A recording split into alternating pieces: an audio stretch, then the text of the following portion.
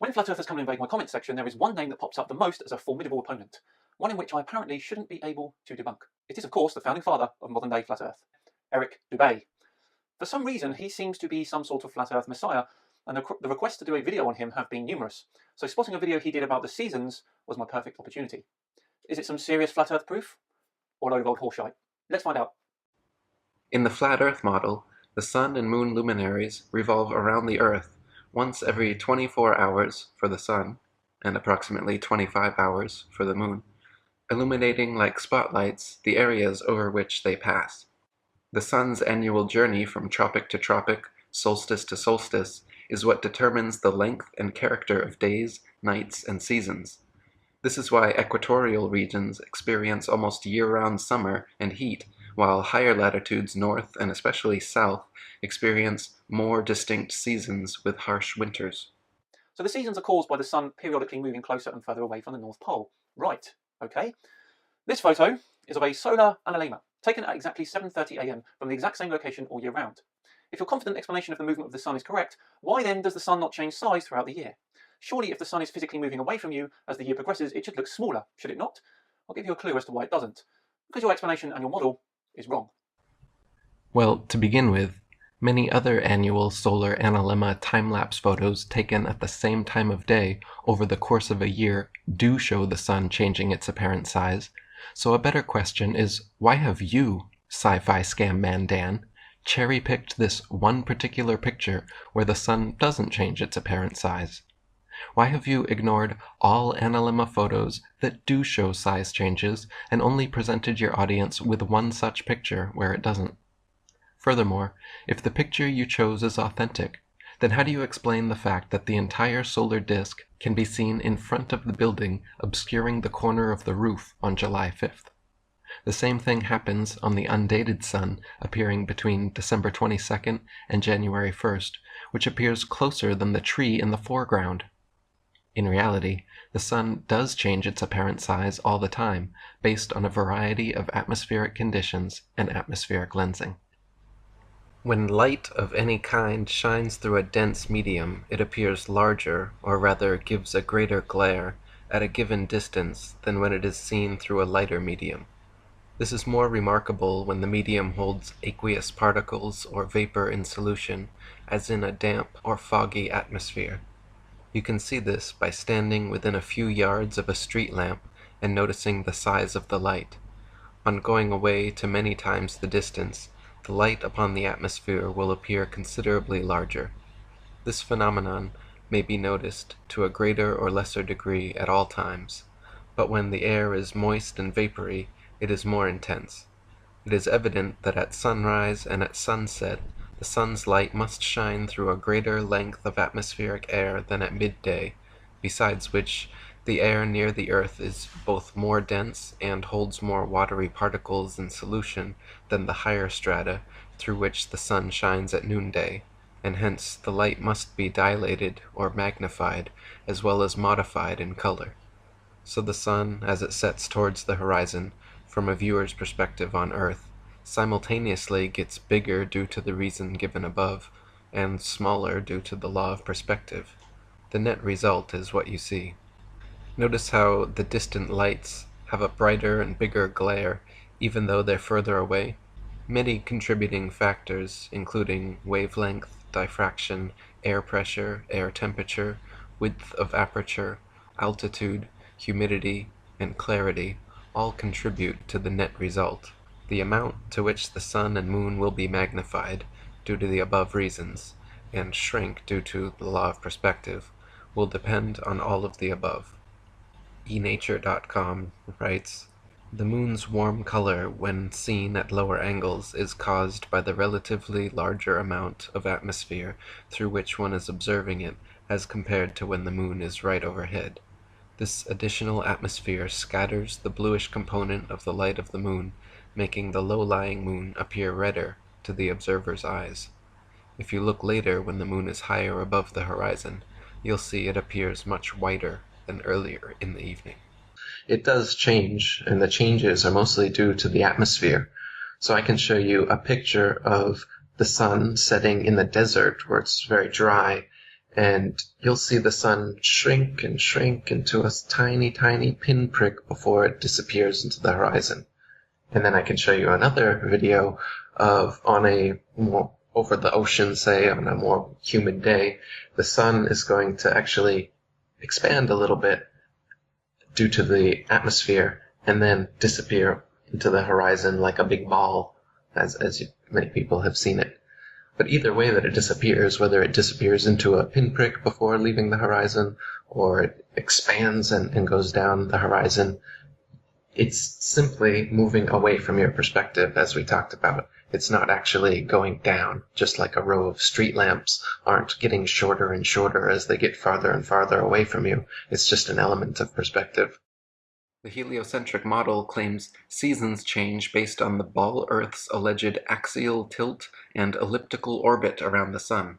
Their flawed current model even places us closest to the Sun, 91,400,000 miles, in January, when it is actually winter, and farthest from the Sun, 94,500,000 miles, in July, when it's actually summer throughout much of the Earth.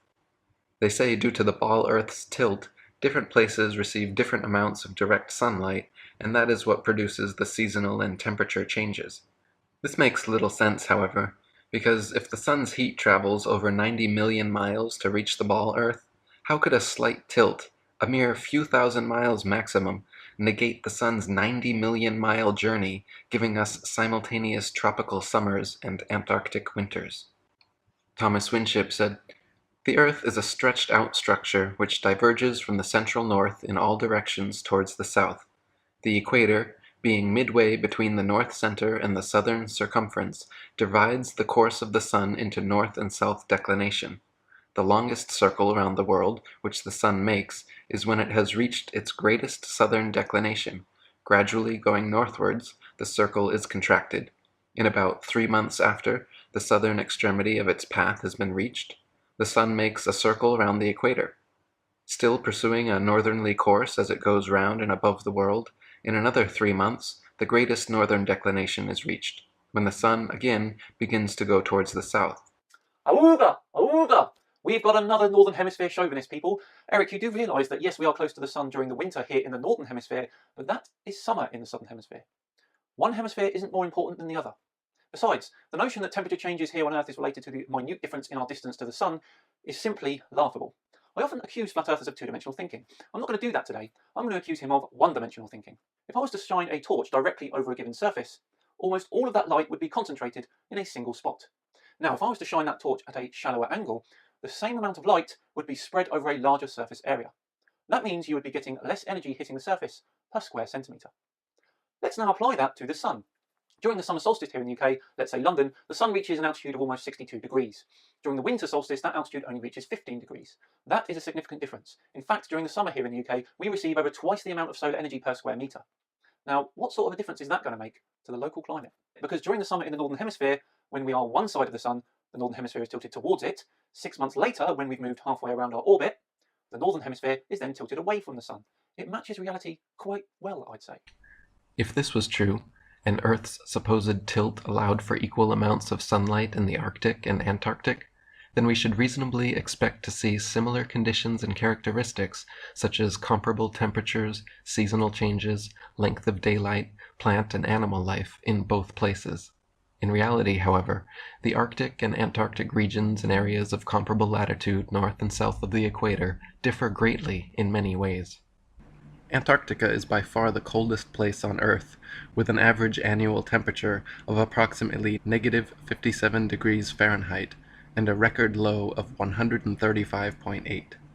The average annual temperature at the North Pole, however, is a comparatively warm 4 degrees. Throughout the year, temperatures in the Antarctic vary less than half the amount at comparable Arctic latitudes. The northern Arctic region enjoys moderately warm summers and manageable winters, whereas the southern Antarctic region never even warms enough to melt the perpetual snow and ice. Thomas Winship wrote, "This uniformity of temperature partly accounts for the great accumulation of ice which is formed, not on account of the great severity of the winter, but because there is practically no summer to melt it. In the Antarctic there is eternal winter, and snow never melts. As far north as a man has traveled, he has found reindeer and hare basking in the sun, and country brilliant with rich flora. Within the Antarctic Circle, no plant is to be found. The island of Kerguelen at 49 degrees southern latitude has only 18 species of native plants that can survive its hostile climate. Compare this with the island of Iceland at 65 degrees northern latitude, 16 degrees further north of the equator than Kerguelen is south, yet Iceland is home to 870 species of native plants. On the Isle of Georgia, just 54 degrees southern latitude, the same latitude as Canada or England in the north, where dense forests of various tall trees abound, the infamous Captain Cook wrote that he was unable to find a single shrub large enough to make a toothpick. Cook wrote, "Not a tree was to be seen. The lands which lie to the south are doomed by nature to perpetual frigidness, never to feel the warmth of the sun's rays, whose horrible and savage aspect I have not words to describe. Even marine life is sparse in certain tracts of vast extent, and the sea-bird is seldom observed flying over such lonely wastes. The contrasts between the limits of organic life in Arctic and Antarctic zones is very remarkable and significant. Vegetables and land animals are found at nearly 80 degrees in the north, while from the parallel of 58 degrees in the south, the lichen and such-like plants only clothe the rocks, and seabirds and the cetaceous tribes alone are seen upon the desolate beaches. In the Arctic there are 4 clearly distinguished seasons, warm summers, and an abundance of plant and animal life, none of which can be said of the Antarctic. The Eskimo live as far north as the 79th parallel, whereas in the south no native man is found higher than the 56th. W.N.R. Chambers, in Arctic Explorations, wrote, "Beyond the 70th degree of southern latitude, not a tree meets the eye. Wearied with the white waste of snow, forests, woods, even shrubs have disappeared, and given place to a few lichens and creeping woody plants, which scantily clothe the indurated soil. Still, in the farthest north, nature claims her birthright of beauty, and in the brief and rapid summer she brings forth numerous flowers and grasses to bloom for a few days, to be again blasted by the swiftly recurring winter.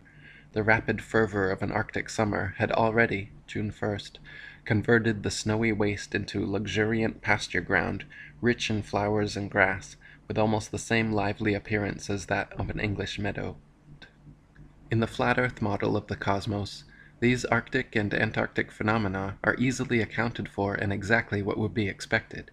If the sun circles over and around the earth every 24 hours, steadily traveling from tropic to tropic every 6 months, it follows that the northern, central region would annually receive far more heat and sunlight than the southern circumferential region. Since the sun must sweep over the larger southern region in the same 24 hours it has to pass over the smaller northern region, its passage must necessarily be proportionally faster as well. This is why the Antarctic morning dawn and evening twilight are very abrupt, whereas in extreme north, twilight continues for hours after sunset, and many midsummer nights the sun does not set at all. Dr. Samuel Robotham said, "If the sun is fixed and the earth revolves underneath it, the same phenomena would exist at the same distance on each side of the equator.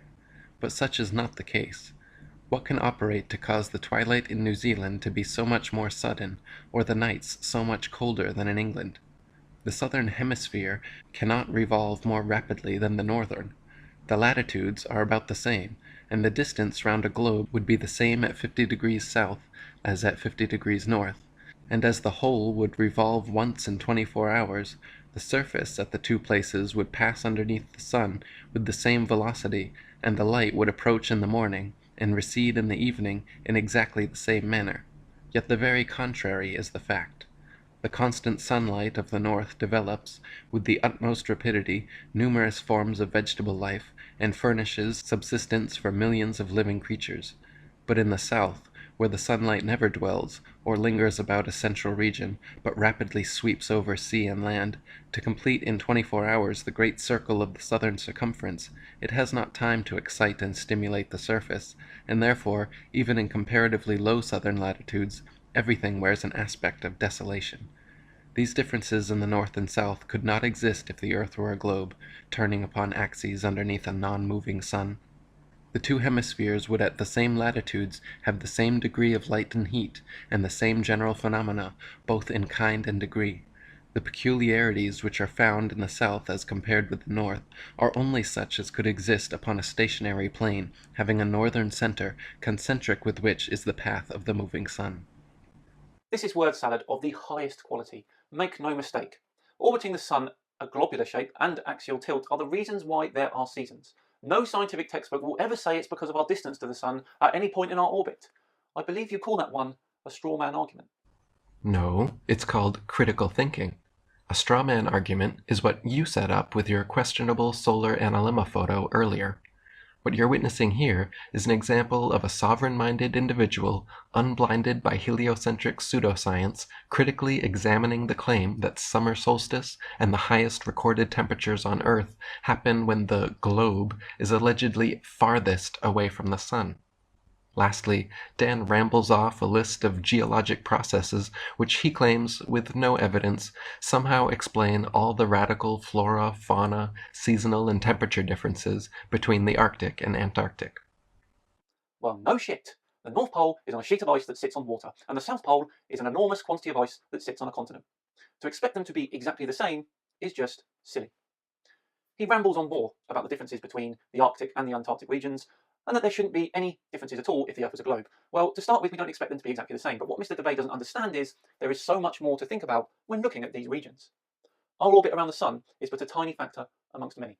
You need to look at the temperature difference between the equator and each pole, how water and land absorb and emit radiation differently, the air and water currents around each pole, the local geography surrounding the polar regions, the depth of the ocean below the Arctic, the landmass below the Antarctic, the albedo effect, the ice thickness at each pole, etc., etc., etc. So he says there are many factors I'm not considering that cause this, and the very first one he lists is, you need to look at the temperature difference between the equator and the pole.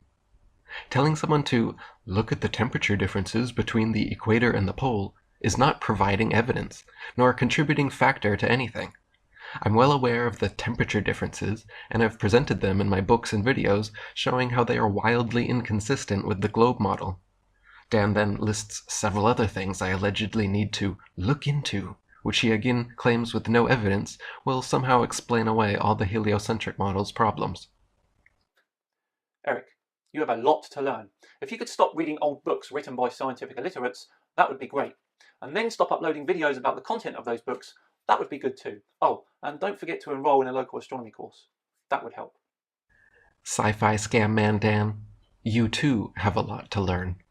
If you could stop listening to Freemasonic liars in lab coats and spacesuits, that would be great.